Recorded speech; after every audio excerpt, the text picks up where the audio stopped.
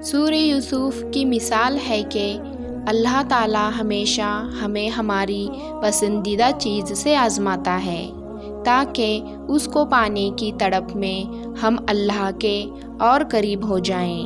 حضرت علی رضی اللہ تعالیٰ عنہ نے ارشاد فرمایا، اس چیز کا غم نہ کریں کہ آپ نے غلط انسان پر محبت ضائع کر دی ہے، کیونکہ اللہ تعالیٰ وہی محبت آپ کو صحیح انسان کے ذریعے واپس لوٹا دے گا۔ لوگ جتنا بھی دل دکھائیں، یہ یاد رکھا کریں کہ جب اللہ کے بندے ہمیں توڑتے ہیں تو ان کا توڑنا ہمیں اللہ سے جوڑتا ہے۔ جو تمہیں خوشی میں یاد آئے سمجھو تم اس سے محبت کرتے ہو، اور جو تمہیں غم میں یاد آئے تو سمجھو وہ تم سے محبت کرتا ہے۔ صرف دو لوگ مقدر والے ہوتے ہیں، ایک وہ جنہیں وفادار دوست ملتا ہے، اور دوسرا وہ جن کے پاس ماں کی دعائیں ہوتی ہیں۔ وہ ناممکن کو ممکن بنانے اور رکاوٹ کو ہی وسیلہ بنانے پر قادر ہے، تم اس پر یقین رکھ کر تو دیکھو۔ کبھی کبھی انسان کا یقین اتنا زیادہ ہوتا ہے کہ سب کچھ ختم ہونے کے بعد بھی وہ اللہ کی طرف سے ہونے والے کسی معجزے کے انتظار میں ہوتا ہے۔ اچھے وقت کی 5 نشانیاں۔ نمبر 1، فجر کے وقت آنکھ کھلنا۔ نمبر 2، جس کو دین کی سمجھ آنی شروع ہو جائے۔ نمبر 3، جو آزمائش کے وقت صبر سے کام لے۔ نمبر 4، چہرے پر رونق آنے لگ جائیں۔ حضرت علی رضی اللہ تعالیٰ عنہ نے ارشاد فرمایا، جب کسی کے چہرے پر رونق آنی شروع ہو جائیں تو سمجھ لو اچھا وقت آنے والا ہے۔ نمبر 5، جس انسان کے خرچے میں کمی آنے لگ جائیں اور رزق میں برکت پیدا ہو جائیں تو اچھا وقت شروع ہونے والا ہے۔ مغرور آدمی اس پرندے کی طرح ہے جو آسمان کی طرف جتنا بلند ہوتا جاتا ہے، لوگوں کی نظروں میں اتنا ہی چھوٹا ہوتا جاتا ہے۔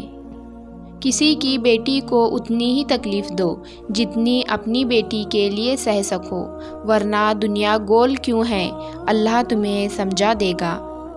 دنیا کا سب سے خوبصورت پودا محبت کا ہوتا ہے، جو زمین پر نہیں بلکہ دلوں میں اگتا ہے۔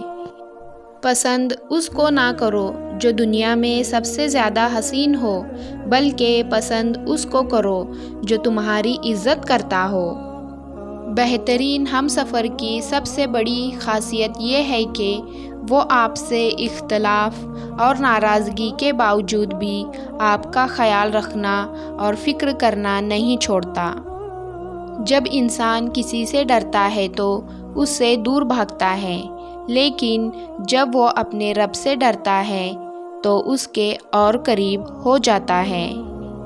انسان کے جسم کا سب سے خوبصورت حصہ دل ہے، اگر یہی صاف نہ ہو تو چمکتا چہرہ کسی کام کا نہیں۔ رشتوں کے بازار میں آج کل وہ لوگ ہمیشہ ہی اکیلے پائے جاتے ہیں جو دل اور زبان کے سچے ہوتے ہیں۔ رسول صلی اللہ علیہ وآلہ وسلم نے ارشاد فرمایا، قرآن پڑھا کرو، کیونکہ قیامت کے دن یہ اپنے پڑھنے والوں کے حق میں سفارش بن کر آئے گا۔ جو اللہ نے تمہارے لیے لکھ دیا ہے وہ امتحان کے لیے تم سے دور تو جا سکتا ہے، لیکن کسی اور کو کبھی نہیں مل سکتا، اور جیسے دعا میں مانگا جائے اسے تمہارا نصیب بھی تم سے نہیں چھین سکتا، وہ ہر حال میں تم تک پہنچ کر رہے گا۔ کہاوت مشہور ہے کہ حالات انسان کو بدل دیتے ہیں، لیکن سچ یہ ہے کہ حالات انسان کے اصل کردار کو اشکار کرتے ہیں۔ اکثر ہم اپنی کمزوریوں یا ناکامیوں کا ذمہ حالات پر ڈال دیتے ہیں، لیکن حقیقت میں یہ ہمارے اندر چھپی ہوئی خامیوں کا عکس ہوتا ہے۔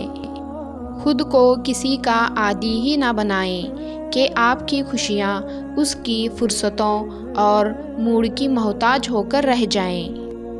جو لوگ اللہ پر توکل کرتے ہیں اور تقوی کی راہ اختیار کرتے ہیں، اللہ پاک خود ان کے لیے راستہ بناتے ہیں اور ایسے اسباب پیدا فرماتے ہیں جو بندوں کے وہم و گمان میں بھی نہیں ہوتے۔ بے شک اللہ رب العالمین مسبب الاسباب اور بے حد مہربان ہے۔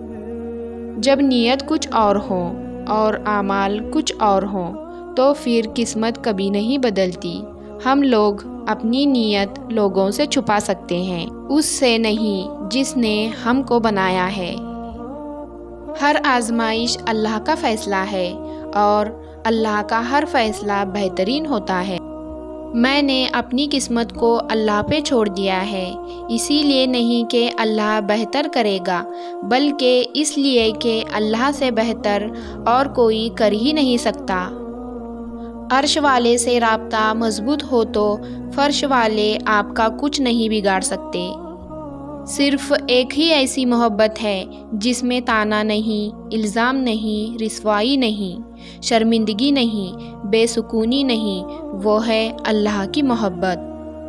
اگر وہ تمہیں نہ ملے جسے تم چاہتے ہو تو سمجھ لینا کہ کسی اور نے تمہیں اپنے لیے اللہ سے مانگا ہے۔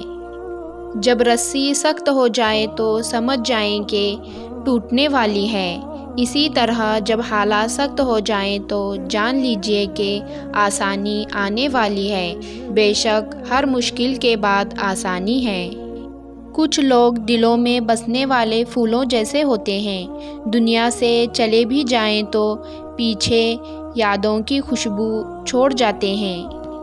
جب بھی دعا مانگو اپنی اوقات دیکھ کر نہیں بلکہ اپنے رب کی شان دیکھ کر مانگو۔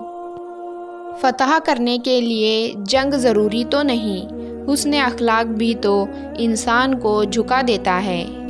زندگی بہت چھوٹی سی ہے اور کوشش کریں کہ کسی کا مان، اعتماد، اعتبار اور یقین نہ ٹوٹنے پائے۔ وقت تو گزر جاتا ہے لیکن دی ہوئی تلخیوں کے نقش باقی رہ جاتے ہیں۔